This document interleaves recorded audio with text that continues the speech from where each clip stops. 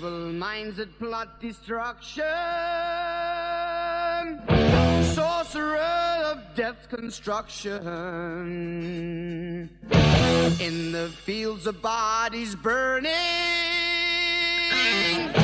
as the war machine keeps turning, death and hatred to mankind, poisoning their brainwashed mind. Welcome to the Anarchist World This Week, broadcast across Australia on the National Community Radio Satellite. Listen to the Anarchist World This Week, Australia's sacred cow slaughterhouse. Listen to analysis of local, national, international events. Listen to analysis you'll never hear anywhere else.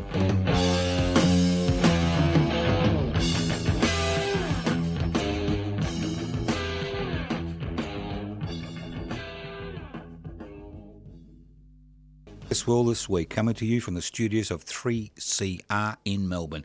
This program is broadcast live across the country via the Community Radio Network. My name's Joseph Toscano. The program is podcast. You can access the podcast by going to 3cr.org.au. It may take a day or two, but it will be podcast. Now, if you wonder what anarchy is all about, anarchos without rulers. It's about creating a society without rulers. And considering the power of a handful of men like Putin and Trump, and the list goes on, you begin to understand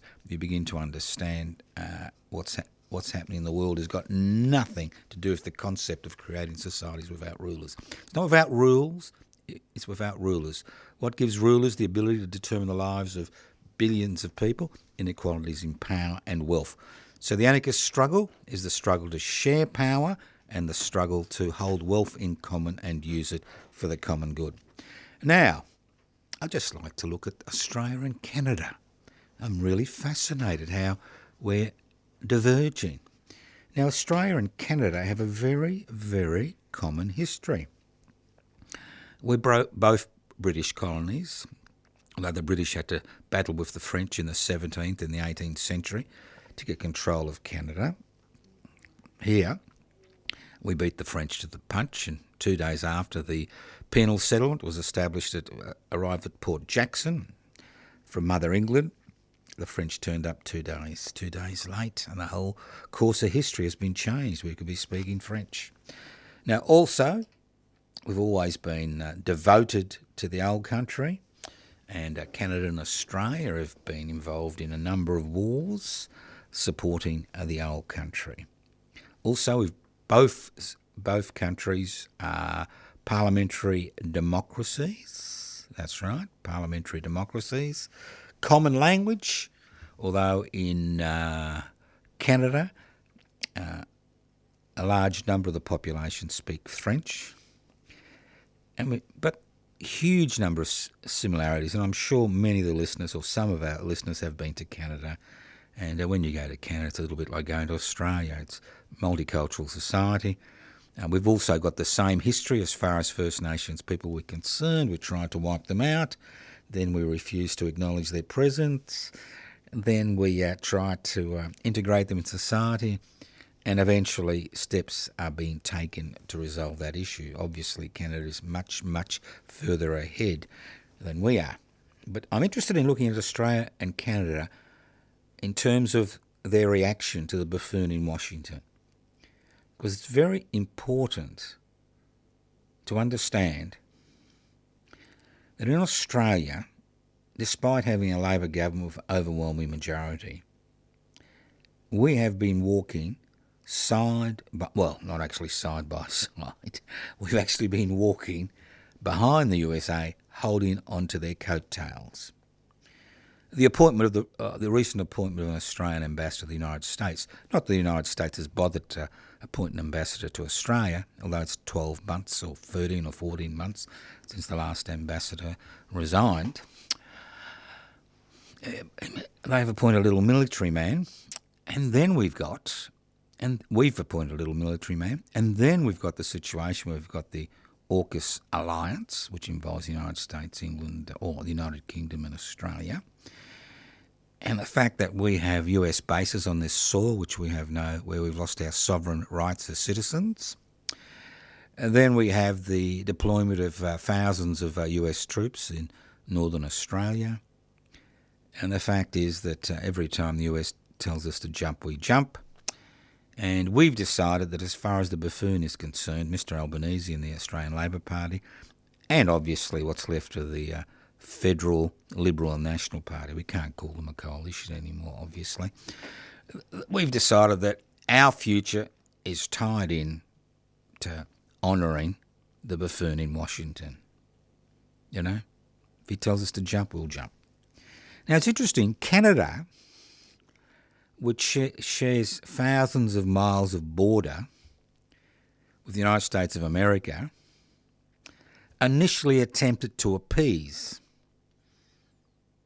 the buffoon in Washington and his administration. Because let's not forget, it's not just about the buffoon in Washington, it's about those ugly sections, the Republican Party, which is about 99.9% of Republicans, who support the buffoon in Washington, who give him the ability to do what he wants to do. Well, Mr Carney, the current Prime Minister of Canada, who was elected as a consequence of a pushback against the buffoon's rantings regarding Canada, incorporating Canada to the United States of America, has made some very important decisions. And the Canadian Parliament has made some exceptionally important decisions. Although their major trading partner is the United States of America, they have decided that they need to look outside that relationship in order to survive. Let's not forget, Canada is the only place on earth which has successfully burnt down Washington. That was in, I think, about 1804, 1806. But that's a different matter. But let's get him back to the reality. So they're forging ties with Qatar and other countries in the Middle East and around the world. They formed strong trading ties with China, People's Republic of China, and the list goes on and on. So what they're doing is they're diversifying. They're saying you can't appease these people. There's no point trying to appease them. There's no point kowtowing. There's no point bending over, because all that's going to happen is you're going to be run over. You've got to stand up to bullies. Now, obviously, the US administration under the buffoon is a little bit concerned, and it's talking about 100% tariffs on Canada, not realising it'll hurt more the United States than Canada. But let's look at Australia. Let's look at the position the Australian government and the Australian opposition, both in the Liberal Party and the National Party, have taken. As far as the Liberal Party and the National Party is concerned, it's all the way with USA. Remember those of you who were alive in 1964? All the way with LBJ when he came here in 1964, Lyndon Johnston. Apart from those few protesters who stopped the motorcade here in Melbourne, but that's a different story. It's almost lost in the mists of time. So here we have decided that the best way to Australia to go forward, the best way to survive in this type of environment, is to put all our eggs in the one basket. And that basket, as far as defence is concerned, as far as international relationships is concerned, is all the way with the buffoon and his administration. All the way. Now, unfortunately, this is not the 19th century. It doesn't take weeks, months to get here in a sailing boat. This is the 21st century. We're now at the end of the first quarter of the 21st century. And the main thing you can understand after the first quarter of the 21st century is no place on earth is safe from military attack. And what we've seen in the last few years is a vivid demonstration of that. As the United States of America fires missiles here and there and everywhere. But the reality is, there are other players on the world stage. And these players are getting stronger and stronger. And the fact is, our alliance total alliance with the United States of America puts us in the firing line if there's any future conflict. The situation is so bad that our military forces, our defence forces, are totally integrated into the digital industrial United States military complex. Totally integrated. And when we buy equipment, we're not even given codes in a majority of cases for how to use that material in case of an attack. So, is the current government's position of not standing up to the buffoon-led administration in Washington the best way forward for this country? Now, obviously, the great majority of Australians still think this is the only way forward. But the fact is, the administration in the United States of America is about putting America first. It's not putting Australia first. It's not about alliances. We've seen what happens to so-called alliances. They can be ripped apart within a 24-hour period. So I think we've reached a juncture or a crossroads in our position as a middle power. That's right, as a middle power. And what the Canadian Prime Minister was saying is, you can't rely on the juggernauts to look after your interests. Look at the Russian-Ukrainian situation. Look at the situation in China where the current paramount leader has now fully purged the Chinese military and is in total command of those military forces. The fact is that middle powers, economically and maybe even physically, need to join together in a new alliance which allows them to survive and maintain their own sovereign integrity. You can't let a bully get away with what the United States is doing in this country.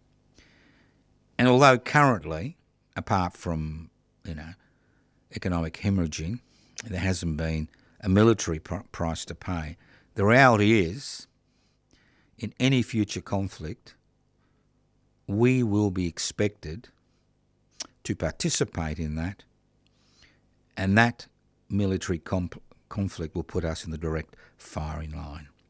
You're listening to The Anarchist World This Week, broadcast across Australia via the Community Radio Network. This program is streaming live on 3cr.org.au. Guess what? When I walked into the studio, I saw one of those daily newspapers. Not that I read them, but in today's edition of the Melbourne Age, and I assume it's the same for the Sydney Morning Herald, it's one and the same, there's a Domain Prestige Summer Edition of properties you and I can buy and enjoy.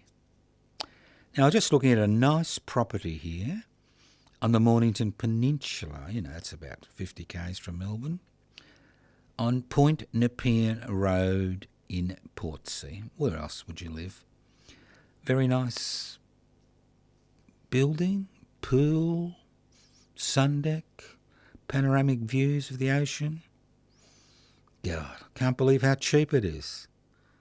19 million, possibly 20 million. Expressions of interest close on the 3rd of February. It's a few days' time. And then I'm looking through this and there's other choice pieces of real estate. Very nice, world class as they say. 20 million, 25, 10 million, even 5 million for you people on social security benefits. I'm sure you could afford that on your social security benefit. The main reason I picked it up and I'm mentioning it today is the fact that this is the same country where 1 in 6 children living in Australia live in poverty. Now, you have seen the growth of private charities in the last decade or so which try to drive home that point. This is one of the richest places on earth currently. And 1 in 6 children in Australia live in poverty. Well, at the same time, if I had the money, I could buy a nice little home in Portsea for $20 million. A steal, isn't it, really? When there are, 25,000 Australian children will be homeless tonight. 150,000 Australians will be looking for a bed tonight. Yep, a great nation, isn't it? So how can we have a situation where if I won Powerball, when there's 100 million prize, and spent 20 mil on this nice home in the Mornington Peninsula, how come we have people in this country who are able to afford such luxury, while 1 in 6 children in Australia live in poverty? And let's not forget the 30% of Australians who eke out a day-to-day existence on social security benefits. And let's not forget the other 70 to 75% of Australians who basically go to work every day in order to keep a roof over their heads and educate their children and feed them. It's just extraordinary when you think about it. And you think, well, why do we find ourselves in this situation? Now, a divided nation, formerly known as one nation, again, there are words I can't actually utter on this program, things like the President of the United States of America, the buffoon in Washington, and then this group that calls itself, very popular group, they tell me, calls itself One Nation. In fact, it should be called Divided Nation. That's what its policies do. So how do we find ourselves in a situation in 2026, the beginning of the second quarter of the 21st century, where 1 in 6 Australian children live in poverty, and where we have a political, social and cultural movement which incorporates roughly 1 in 5 Australians, which somehow thinks that the problems that we face are directly related to immigration, to the colour of a person's skin, to their religious beliefs, related to the clothes they wear. It's just extraordinary, isn't it? And when we have organisations like public interests before corporate interests have a minuscule following, an organisation to put the interests of the many before the interests of the few. And how do we find ourselves in a situation in this country where 1 in 6 children live in poverty, where the social elevator, which was education, has basically been destroyed,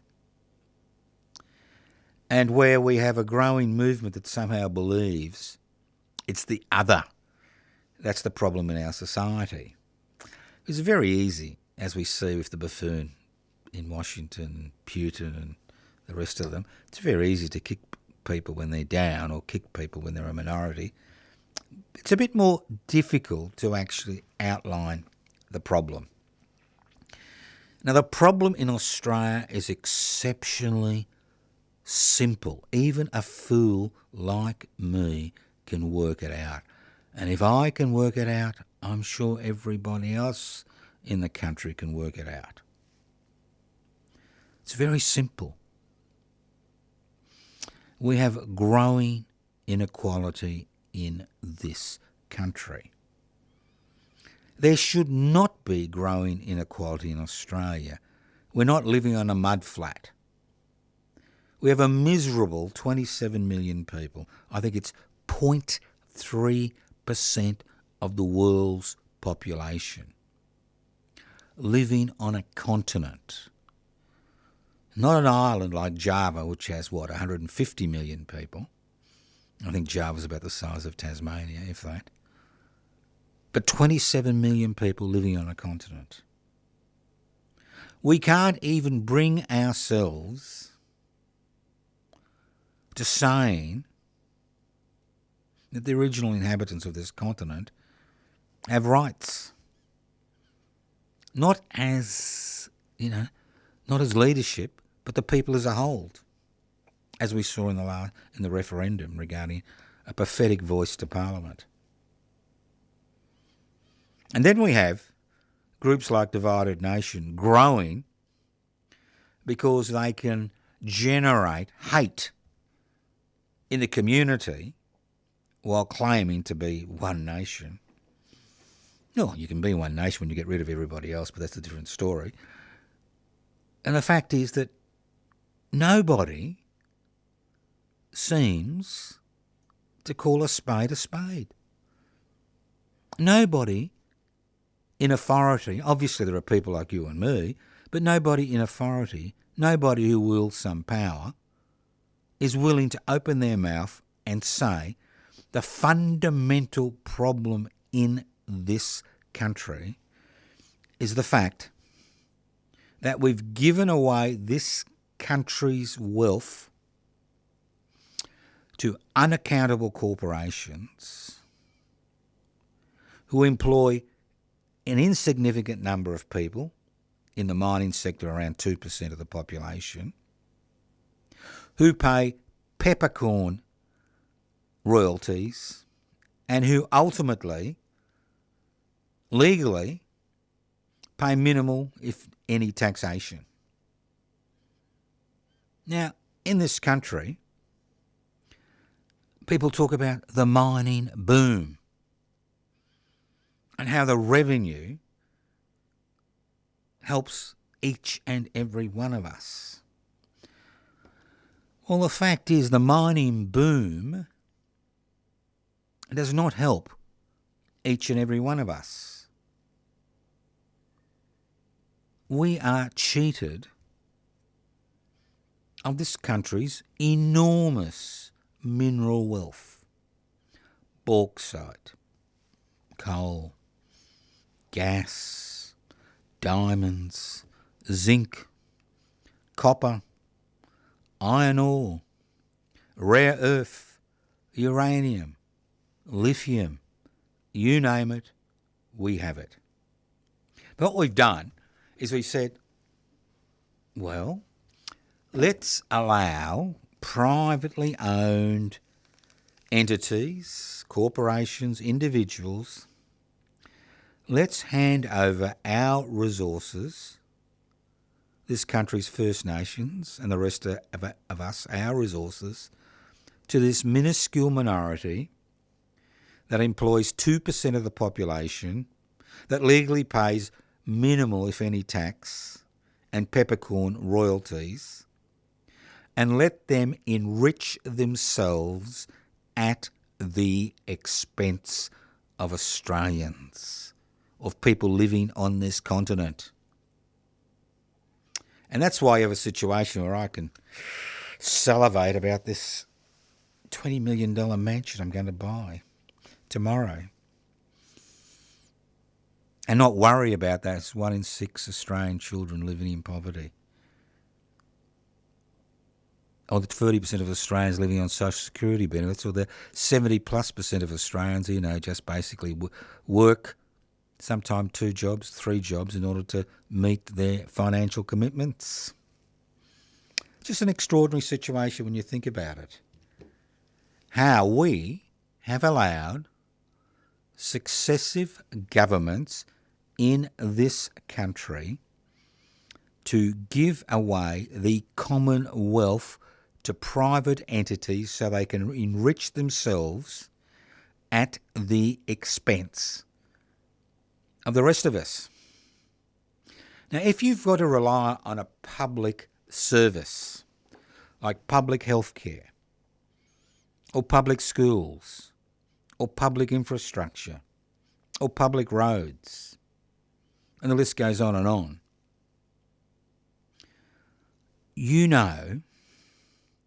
there are significant problems in these public facilities through lack of funding and through lack of staff. And it's obvious there isn't the funding to run systems that provide universal assistance to everybody. That's why we've got a patchy social security system, a patchy public health sector, a patchy public, education sector. And that's why we see billions, and not millions, not hundreds of millions, but billions of dollars being squandered by governments, successive governments, which give money, give G-I-V-E money, to the private sector. Now, I've got nothing against private schooling, but I have a huge amount of disgust with the fact that taxpayers' money is used to provide private education to students. If their parents can afford to buy this $20 million home in Portsea, and I assume that's only a holiday home. Obviously, you'd need one in the CBD, wouldn't you? You'd need a penthouse apartment with a view, possibly in the Eureka Towers if you live in Melbourne. But that's a different story. I mean, how could you just have only just one $20 million home? But the fact is that in the last 12 months, the wealth, W-E-A-L-T-H, of this country's billionaires who don't get their fingers dirty, digging holes, painting signs, paying tax, has increased by about $800,000 a day, while the rest of the population is lucky to have received a 2 to 5% wage increase, if any. So, who do we blame? Who do we blame? Do we, as citizens and residents in this country, blame the other? Do we join divided nation in droves? Do we march around flying our little flags, talking about how horrible things are in this country because of migrants, because of First Nations people, because of gays, and the list goes on and on, because of different religious beliefs? And, I mix with a lot of people for a variety of reasons. My occupation means that I mix with a lot of people. And I'm quite surprised, literally surprised, and it's difficult to surprise somebody at my age, about the attitudes, the growing attitudes and hatred which is being encouraged, fostered in this community by people in authority who should know better in order to promote their minuscule political gains. It's just extraordinary. Well, at the other end of the scale, we have a growing adoration, fall on our knees, kowtow, between the billionaires in this country and the corporations in this country who are raking it in, hand over fist, at our expense because of weakness by governments and political movements. Weakness, total weakness. We see this in our obsequious relationship with the United States of America. Weakness in terms of standing up for what's right for the majority of people. And they know, and I know why. It's simple. Look at Mr. Rudd when he tried to introduce a super profits tax to the mining sector. Out the door, because we have a monopoly. Not a duopoly, but a monopoly of thought in terms of the type of country we should be living in. We should be living in a private investment for private profit country, a capitalist country. So, at least, I'm not asking you to go out in the streets. I'm not asking you to protest. But at least when you're talking to your neighbours, well, not that you talk to your neighbours these days often, or you're on, your favourite virtual platform, well, at least raise the issue of why we find ourselves as a people in this situation. Why 0.3% of the world's population living on a resource-rich continent can't even provide good universal health care. good public education, adequate social security benefits, and let's stop blaming the other. And if somebody says it's all those bloody Muslims, or all those bloody Christians, or all those bloody Hindus, or it's all those black people, or all those bludgeon, First Nations people, speak up. You don't have to say, you really think that's the problem? You really think that if you got rid of this section of the population, your life is going to improve? I mean, the real problem is the fact that wealth and power is being concentrated in fewer and fewer and fewer hands. And we have a parliamentary system which basically has minimal power because of the ability of virtual platforms and the legacy media to set an agenda which divides us as citizens and residents on this continent. The issue isn't, as divided nations and sections of the Liberal Party and most of the National Party tell you, immigration, or the colour of a person's skin, or their religious beliefs, or whether they stand on their head before they go to bed at night.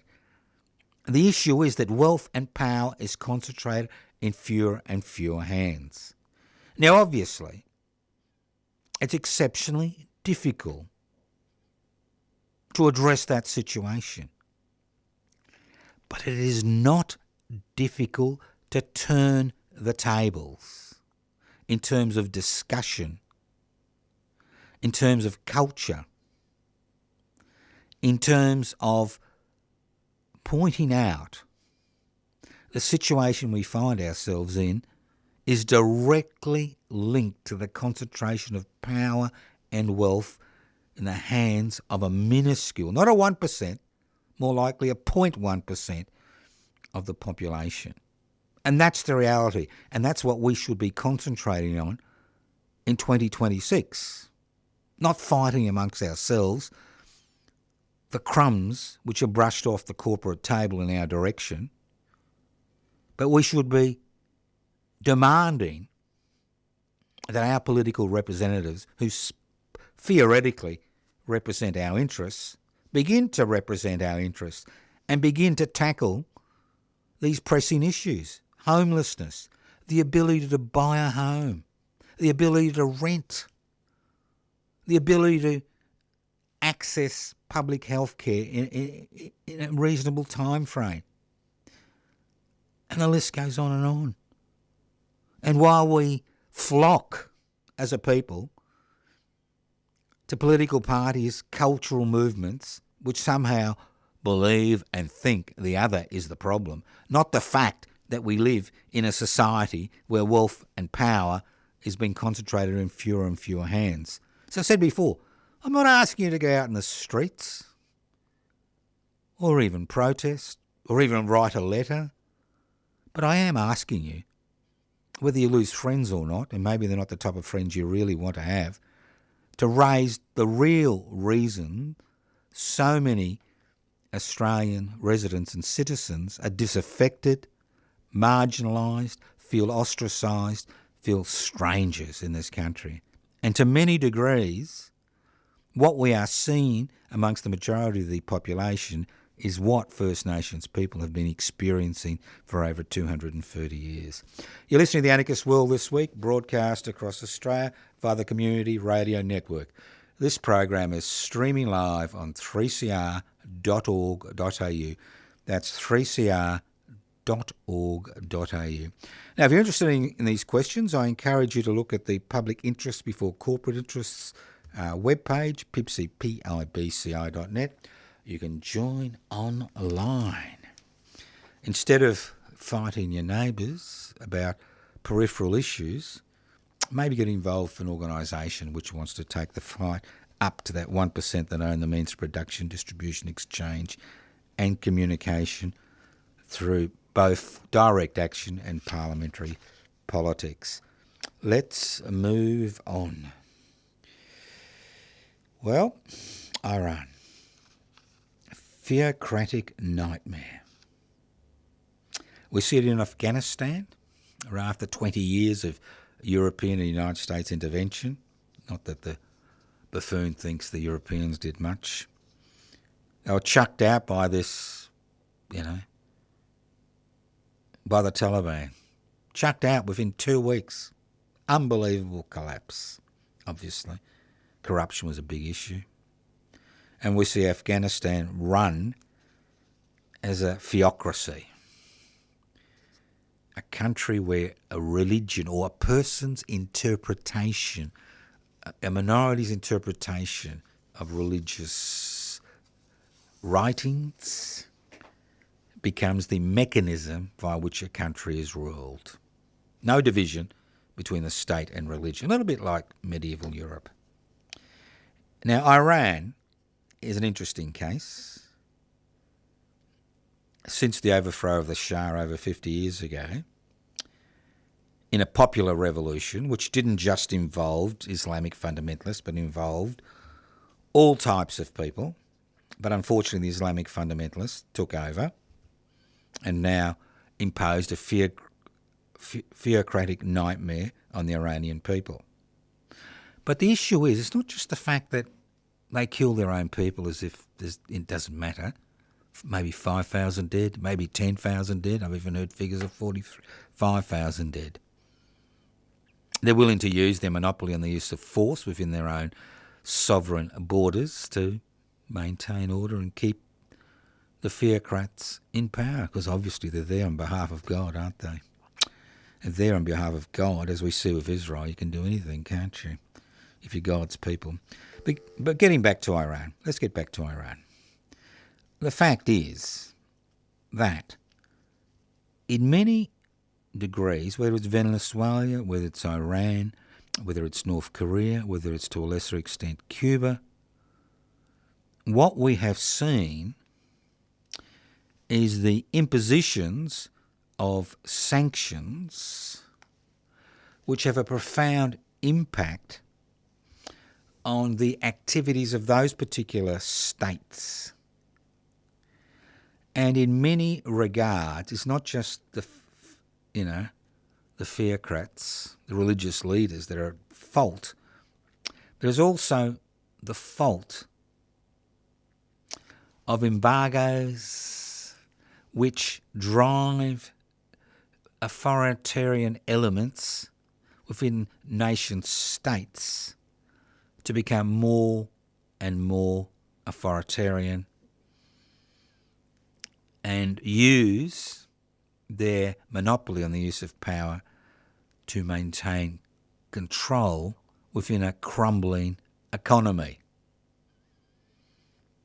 And although these nation states, it's a nightmare for many people, the fact is that the Western world's embargo of many of these states is the very reason that we see such atrocities ultimately occurring as people rebel because these states are not able to provide even the basic necessities of everyday existence. So obviously there is a two-way blame game. It's not a one-way blame game.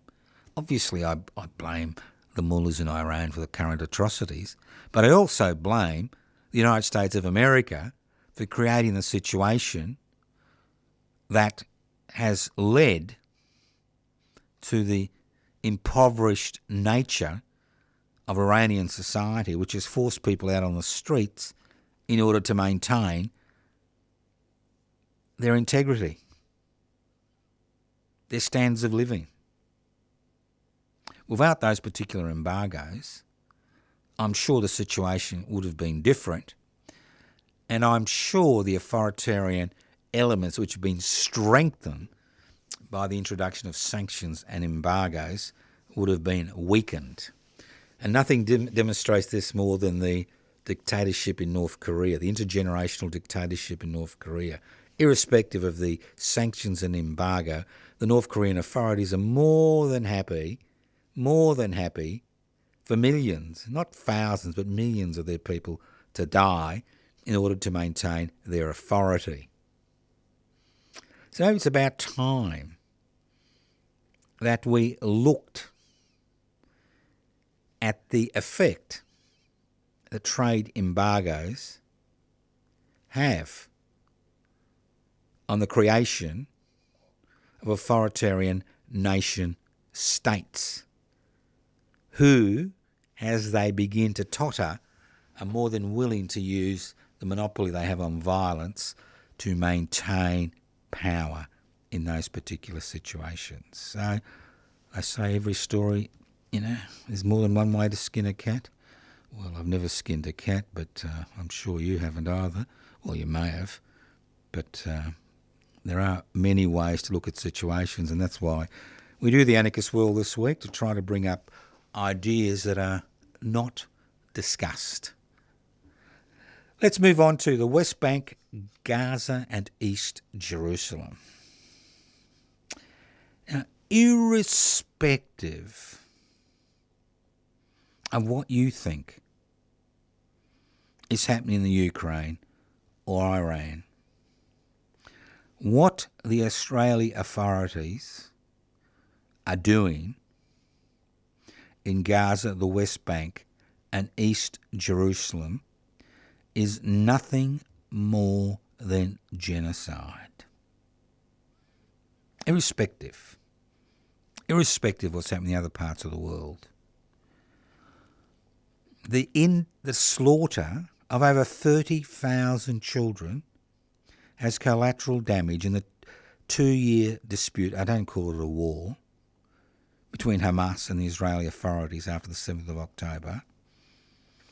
The grinding poverty, the destruction of essential infrastructure, the assassination of the intelligentsia in the Palestinian community, the physical destruction that's starting to occur in East Jerusalem, although we've seen 20 years of the Israeli authorities attempting to acquire East Jerusalem by divide and rule, the atrocities which are occurring in the West Bank, all point to a government and a state supported by a majority of its population who believe that the way to empower themselves and protect themselves over generations is to remove the Palestinian presence from their territories. Think about it. Simple.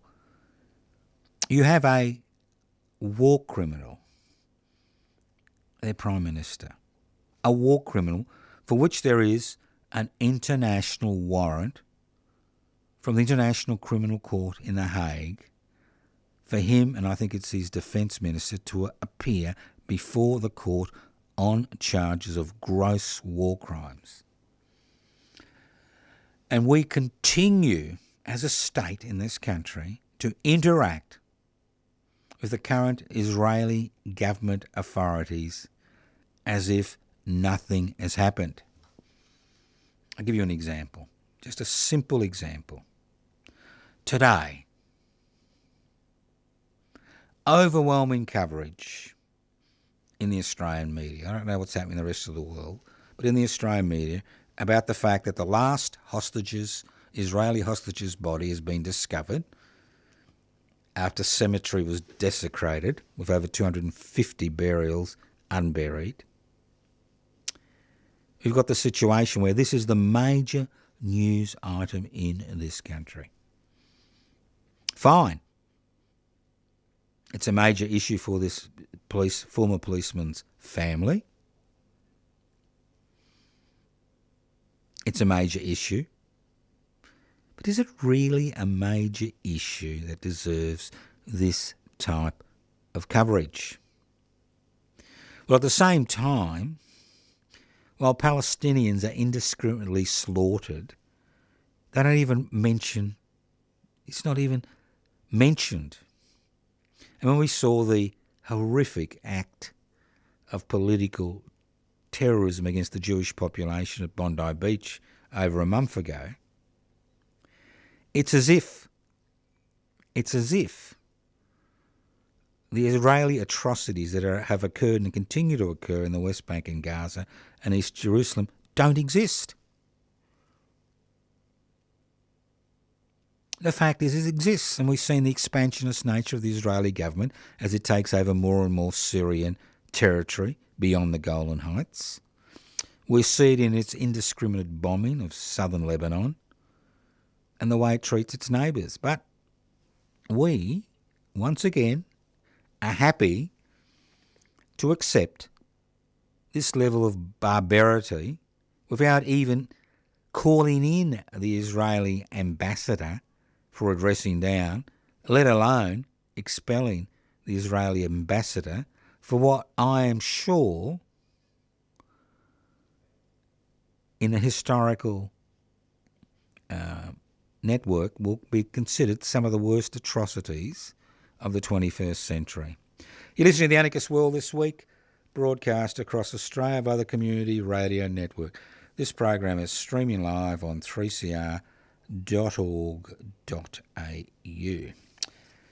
Now, next week will be a live program of The Anarchist World this week, but the last 3 Wednesdays in February, the program will be pre-recorded, so I won't be looking at current affairs. I mean, I usually don't have a break till about February, so I'm going to have a few weeks break. But I think the important thing is to remember is that nothing changes. It's not about, as I keep saying, it's not about colour, sexuality, identity, religion, clothes people wear. It's not about that. Ultimately, when you look at the situation around the world, it's about inequalities in power and wealth. And what we see in the 21st century, the so-called sophisticated century, where we have instant communication with anybody on the planet, who's on a virtual platform. The fact is that what we are seeing is not the introduction of policies and ideas and cultural values which unite us in that struggle to ensure that everybody has access to power and wealth. But what we are seeing is an increasing concentration of power and wealth in fewer and fewer hands. And Australia is at the forefront of that change.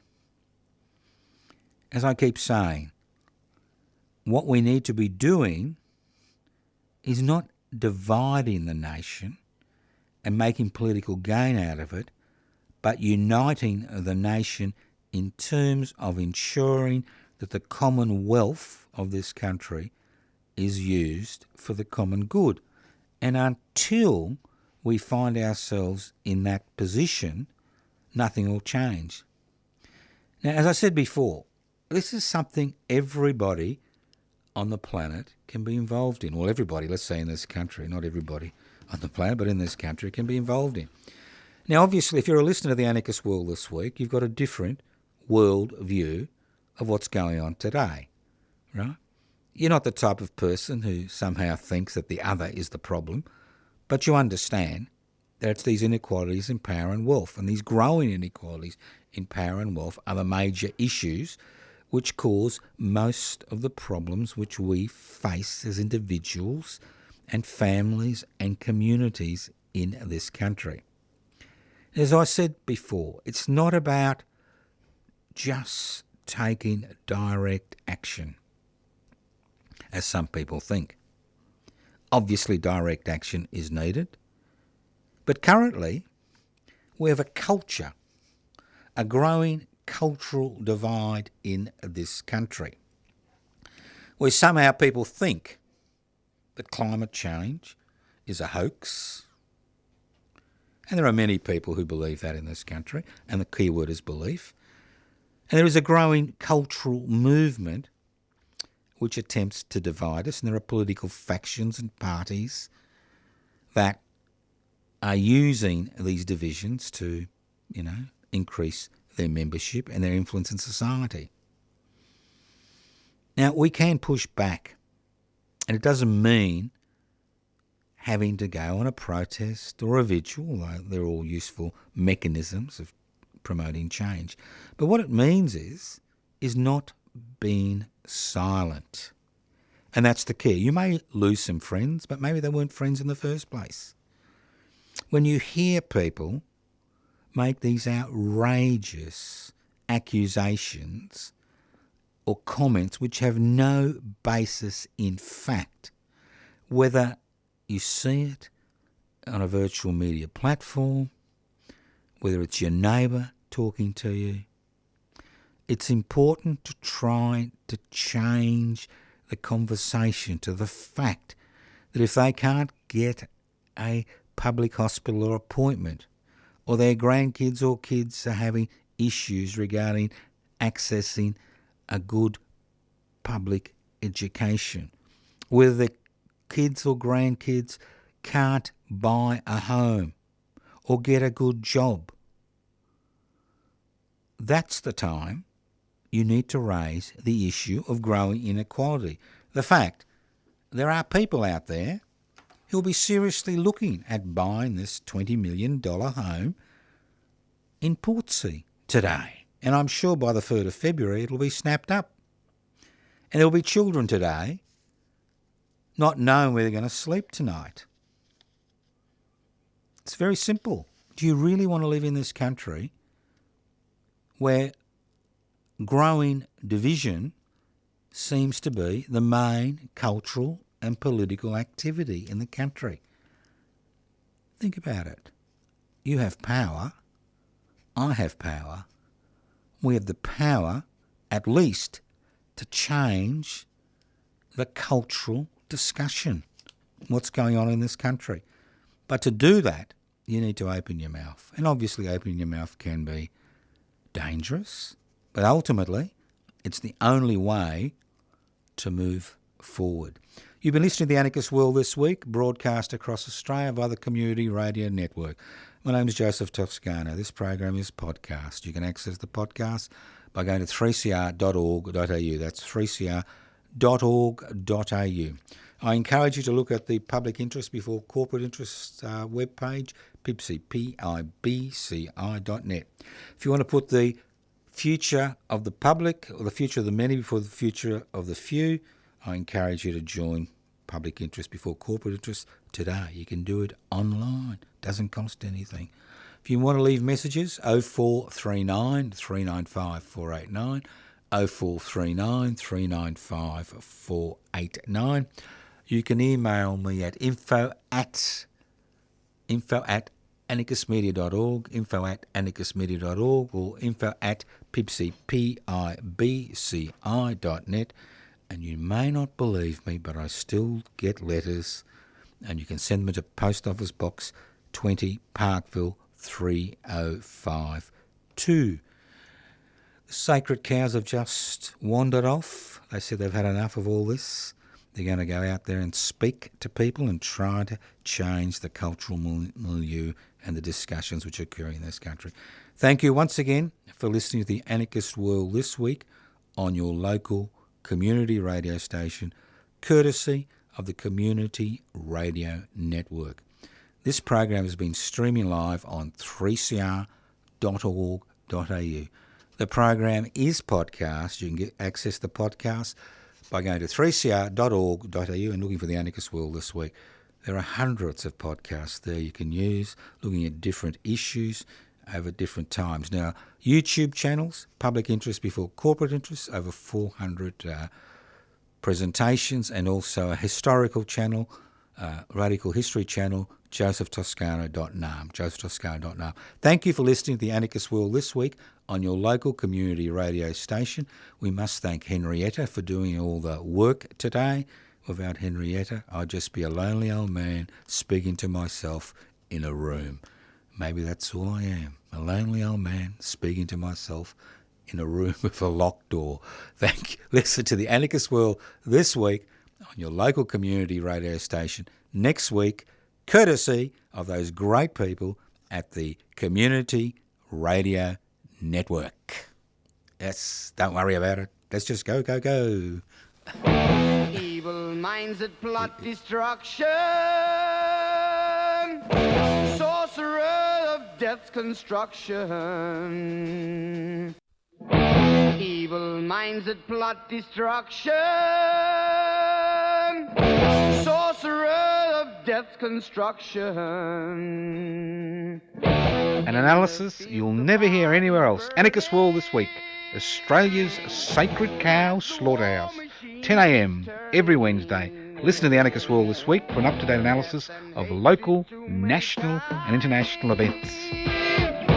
Poisoning their brainwashed minds. Oh, Lord, yeah.